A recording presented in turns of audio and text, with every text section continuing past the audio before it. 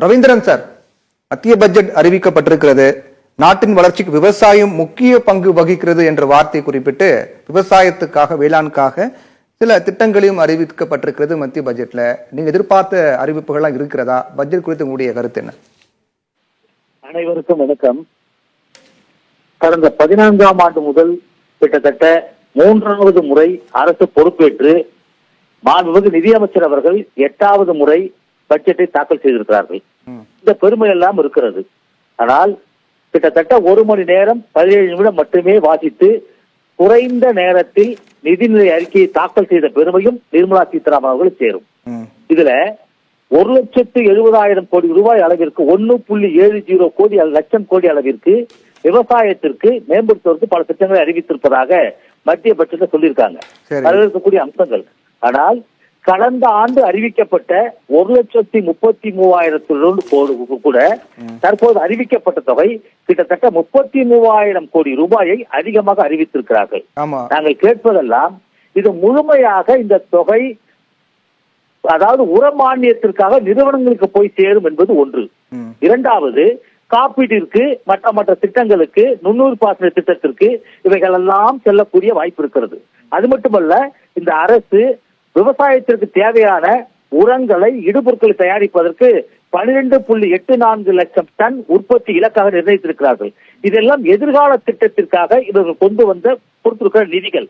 நாங்கள் கேட்பதெல்லாம், ஒவ்வொரு ஆண்டும் பட்ஜெட் தாக்கலிலே விவசாயத்திற்கு விவசாய வளர்ச்சிக்கு, விவசாய மேம்பாட்டிற்காக நீங்கள் அறிவிக்கப்படுகிற இந்த நிதிகள் அனைத்துமே செலவிடப்படுகிறது.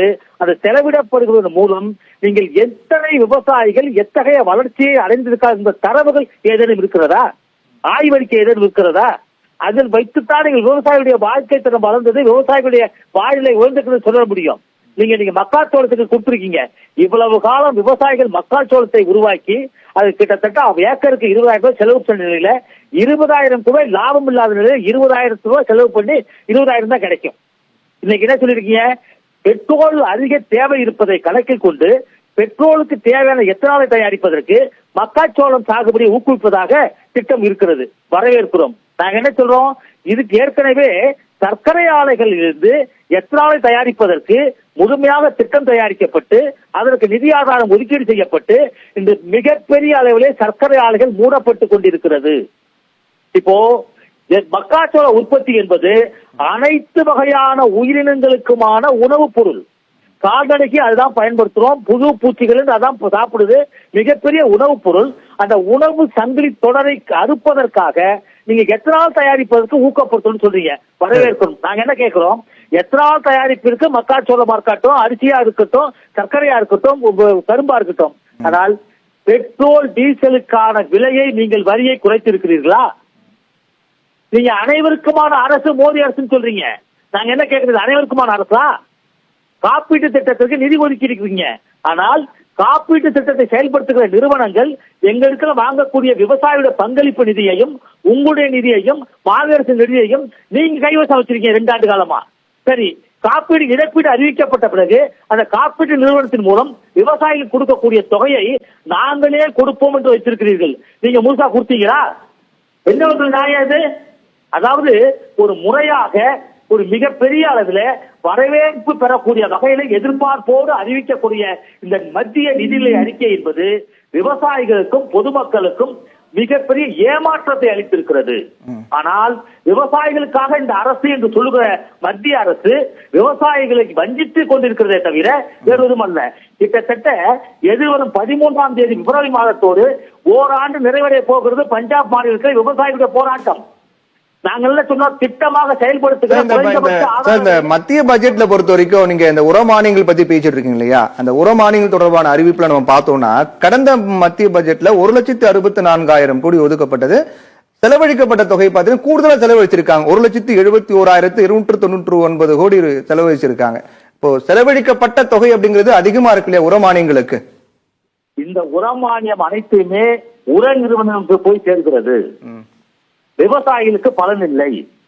உற்பத்தி செலவுக்கு ஏற்ப உரத்துடைய விலையை நாங்க விற்போம் என்று சொல்கிற மத்திய அரசு இடுபொருட்கள் மானிய உரமான விலைகளை குறைக்க வேண்டுமா வேண்டாமா? யூரியாவை மட்டும் நீங்க உற்பத்தி செலவை கையில வச்சிருக்கீங்க, மற்ற அனைத்து வகையான உர நிறுவனங்கள் தான் அது மானியம் போகுது. ஒண்ணு. ரெண்டாவது இன்னொரு சொல்றோம், நீங்க கடந்த ஆண்டு 1,67,000 கோடி ரூபாய் கொடுத்தன்னு சொல்றதுல எந்தவித தரவும் இல்லை. ஏன்னா இதே உங்களுடைய நிகழ்ச்சியிலே நம்ம பழைய முறையில பேசியிருக்கோம், 7,000 கோடி ரூபாய் மட்டுமே கடந்த ஆண்டு உரமானிய நிதி ஒதுக்கீடு செய்யப்பட்டது. மத்திய அமைச்சர்களுடைய கூட்டத்துல அவர்கள் அறிவித்து விடுவிக்கப்பட்ட தொகை 7,000 கோடி ரூபாய். ஆனா 2023-24 22-23 கிட்டத்தட்ட 67,000 கோடி ரூபாய் நீங்க மானியம் கொடுத்திருக்கீங்க. அப்போ 60,000 கோடி ரூபாய் இல்ல. காரணம் என்ன அப்படின்னா, உர உற்பத்திக்கு தேவையான மூலப்பொருட்கள் வெளிநாட்டிலிருந்து தான் வந்தாக வேண்டும். அந்த வெளிநாட்டிலிருந்து வரக்கூடிய போக்குவரத்து இல்ல. ரஷ்யாவுக்கும் உக்ரைனுக்கும் தகராறு நடக்குது, அதனால அங்கிருந்து வரக்கூடிய மூலப்பொருட்கள் வரல. ஆனால் நீங்க யூரியா உற்பத்தியை மட்டுமே வைத்துக் கொண்டு விவசாயிகள் இந்த வருஷம் விவசாயம் பண்ணியிருக்கோம். டிஏபி இல்ல, பொட்டாசி இல்ல, மற்ற பொருட்கள் இல்ல. அதே போல இழப்பீடு கொடுக்காத அரசு மத்திய அரசு இருக்கிறது என்று சொன்னால் விவசாயிகள் 1,70,000 கோடி நிதி ஒதுக்கீடு செய்து என்ன பலன்? நிதி ஒதுக்கீடு செய்கிற நீங்க விவசாயிக்கு நேரடியாக செய்கிறதா? ஒண்ணு. கிசான் கிரெடிட் கார்டு பெருமையா சொல்லிட்டு இருக்கீங்க. ஒரு உண்மையை சொல்றேன், ஒவ்வொரு விவசாயிகளும் 10 ஆண்டு காலத்துக்கு முன்னால் வாங்கிய கடன் வாராக்கடனாக மாற்றப்பட்டு ஒரு மிகப்பெரிய நிரந்தர கடனாளியாக வங்கிகளில் இருக்கிறானே தவிர எந்த ஒரு விவசாயியும் வருடம் பணத்தை கட்டிட்டு கடன் வாங்கல. ஒட்டுமொத்த கடன் அந்தந்த ஆண்டும் சேர்ந்து கொண்டே இருக்கிறது. நீங்க ஒவ்வொரு விவசாயியும் விளைவித்த பொருளை விற்பனை செய்து அதில் கிடைக்கக்கூடிய வருவாயை வாங்கிய கடனை கட்டிவிட்டு மீண்டும் கடன் வாங்குவது வழக்கமா இருக்கும். ஆனால் கடனை கட்டக்கூடிய அளவில் விவசாயிகளுக்கு வருமானம் இல்ல. நீங்க கிசான் கார்டுக்கு இல்ல 1,60,000 2 லட்சமா மாத்தினா என்ன, இல்ல நீங்க 5 லட்சமா கடன் கொடுத்தா என்ன, வாங்கிய கடனை கட்டுவதற்கான தகுதியை விவசாயி இழந்திருக்கிறான். அதற்கு நிலைமை என்னன்னா, குறைந்தபட்ச ஆதார விலையை சட்டமாக்காததான் அதனுடைய காரணம். நீங்க சட்டமாக்க தயாரா இல்ல, திட்டத்தை செயல்படுத்தணுங்கிறீங்க, ஆனால் பெருமையாக மார்க்கெட்டை கொள்கிறீர்கள். விவசாயிகளை மேம்படுத்துவதற்காக நாங்கள் திட்டம் உருவாக்குறோம். ஒண்ணு. இந்த வருஷம் தான் புதுசா அறிவிச்சிருக்கீங்க, நாங்க பெரிசியல் மெட்டீரியல், அதாவது எளிதில் அணுகக்கூடிய பழங்கள் காய்கறிகளை ஒரு இடத்திலிருந்து இன்னொரு இடத்துக்கு கொண்டு போவதற்கு லாஜிஸ்டிக் மெத்தட் கொண்டு வரணும்னு சொல்றீங்க. இதை யார் செயல்படுத்த போறா? அரசு செயல்படுத்த போகிறதா, தனியார் செயல்படுத்த போகிறார்களா? நீங்க தனியார் வசம் ஒப்படைக்கான திட்டங்களை உருவாக்கி இருக்கிறீங்க. இது எந்த விதத்தில் விவசாயிகள் பலனளிக்கும்? ஒண்ணு. காப்பீட்டுல 100% அந்நிய முதலீடுன்னு சொல்றீங்க. சரி, அரசு எப்போதுமே ஒரு செயல்பாடுகளை தன்னுடைய கட்டுப்பாட்டில் வைத்துக் கொண்டு வேண்டுமானால் 51% தன்னுடைய பங்களிப்பு இருக்கணும், 49% அந்நிய பங்களிப்பு இருக்கணும். அப்பதான் திட்டம் சரிவர செயல்படுத்த முடியும். ஆனால் 75% ஆக்குறீங்க அந்நிய நேரடி முதலீடு, இப்ப 100% ஆக்கிருக்கீங்க. அப்ப 100% அந்நிய முதலீடு போடக்கூடிய முதலாளிகள் லாப நோக்கத்தில் செயல்படுவார்களா, சேவை நோக்கத்தில் செயல்படுவார்களா? அந்த சேவை நோக்கம் இல்லாம போகும், லாப நோக்கம் தான் இருக்கும். யாருக்கு அது பலனளிக்கும்? நீங்கள் அறிவித்த திட்டங்கள் ஒன்றொன்றும் மிகப்பெரிய ஆர்ப்பாட்டமாக இருக்கிறது, எதிர்பார்ப்பை உருவாக்கி இருக்கிறது, மகிழ்ச்சியை கொடுத்திருக்கிறது. உங்களுக்கு வேண்டுமானால் மனநிறைவு இருக்கலாம். விவசாயிகள் ஏமாற்றப்பட்டிருக்கிறார்கள், விவசாயிகள் எதிர்பார்ப்பு பூர்த்தி செய்யப்படவில்லை. எதிர்வரும் ஆண்டுகளிலே விவசாயிகள் மிகப்பெரிய வஞ்சகத்துக்கு உள்ளாகி இருக்கிறார்கள்.